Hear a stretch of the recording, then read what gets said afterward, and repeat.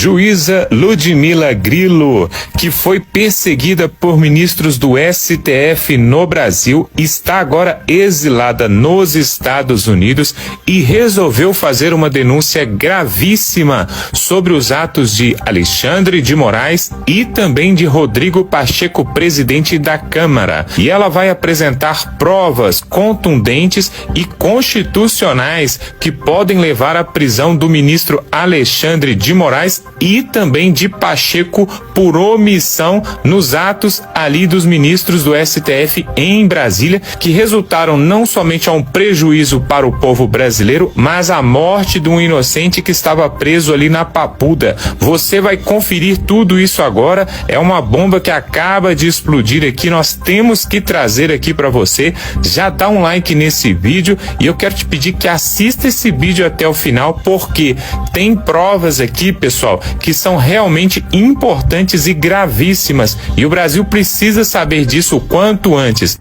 Ele também praticou uma omissão ao não apreciar o pedido de revogação de prisão. Então, ele praticou ações e omissões.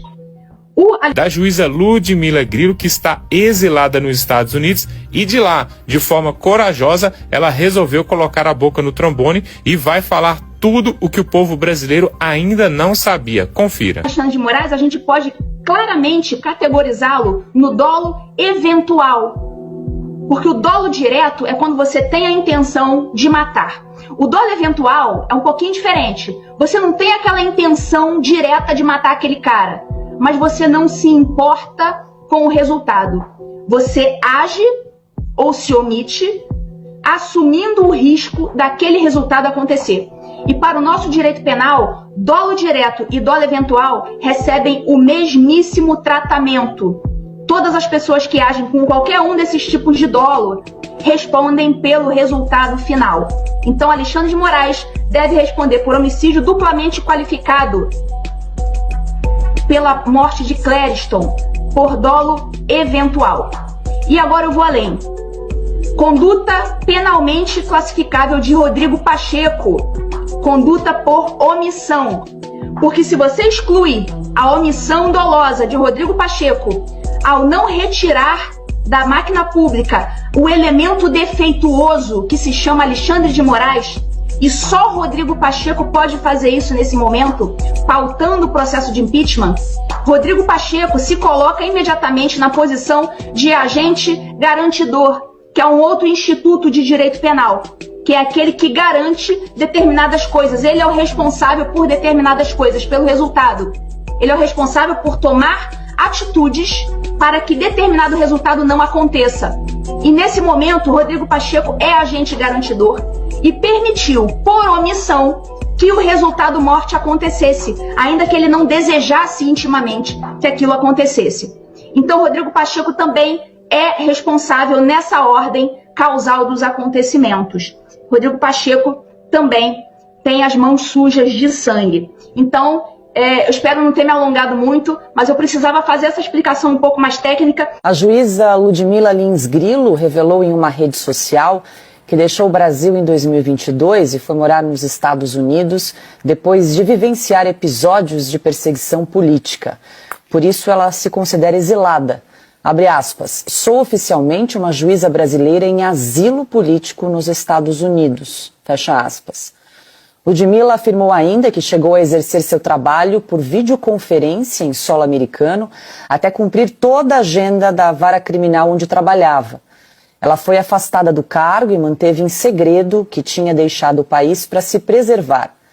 Ela diz ainda que documentou todos os atos persecutórios que sofreu por parte do Supremo Tribunal Federal, em especial pelo ministro Alexandre de Moraes, assim como pelo Conselho Nacional de Justiça e pelo Tribunal de Justiça de Minas Gerais. Ludmila apresentou uma denúncia para as autoridades americanas. E aí, Piotto, a magistrada, a juíza, agora não mais, né, foi afastada do cargo, está nos Estados Unidos aí desde 2022, se considera aí exilada, asilo político nos Estados Unidos em razão de perseguição que tem sofrido. O Supremo Tribunal Federal impeça o descumprimento de leis aprovadas pelo Congresso. Não permita que outro poder interfira nas atribuições do Legislativo. exija o cumprimento das leis, ou faça uma lei que obrigue a isso, se estiver faltando. A Constituição determina o que faz, que poder faz o quê. Isso devia ser a preocupação do presidente da Câmara e não outras coisas secundárias.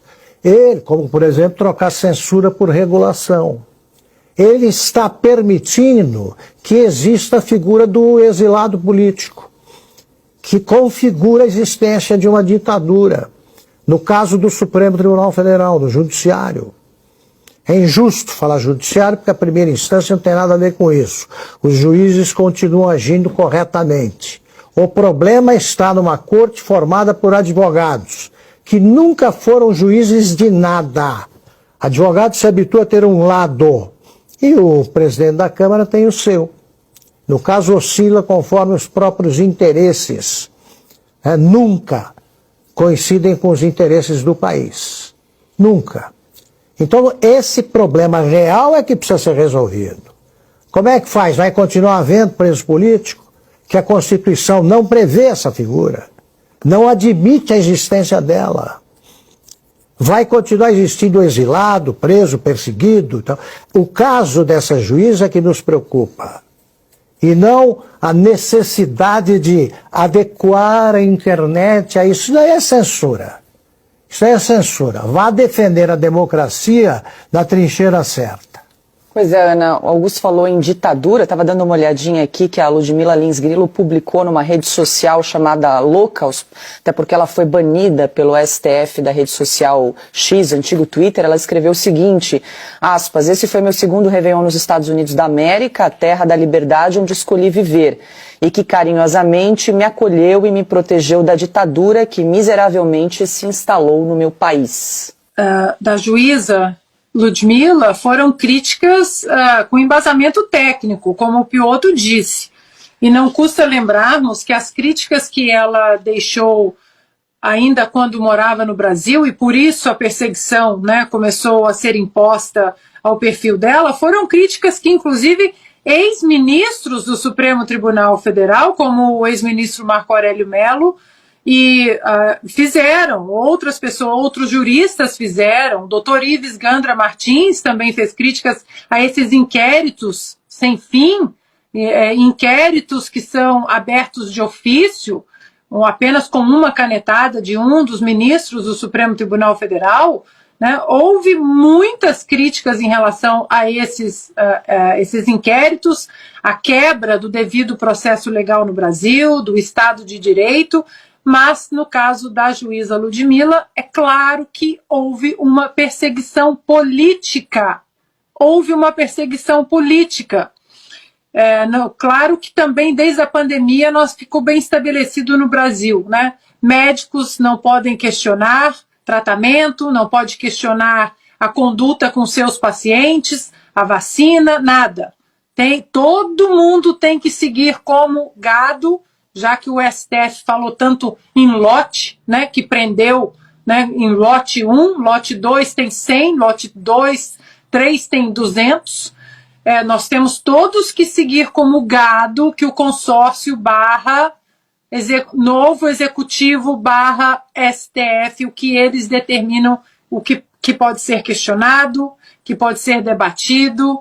Então, ficou proibido debater urnas, ficou proibido debater todo o sistema eleitoral, ficou proibido, inclusive, dizer que Lula era amigo de ditadores. Mas aí, Paula, como Augusto disse, nós estamos diante de um Brasil com presos políticos e com exilados. Alan dos Santos, agora a juíza Ludmila, Paulo Figueiredo, nosso Rodrigo Constantino também sem passaporte, sem conta bancária. Que tipo de Brasil é esse?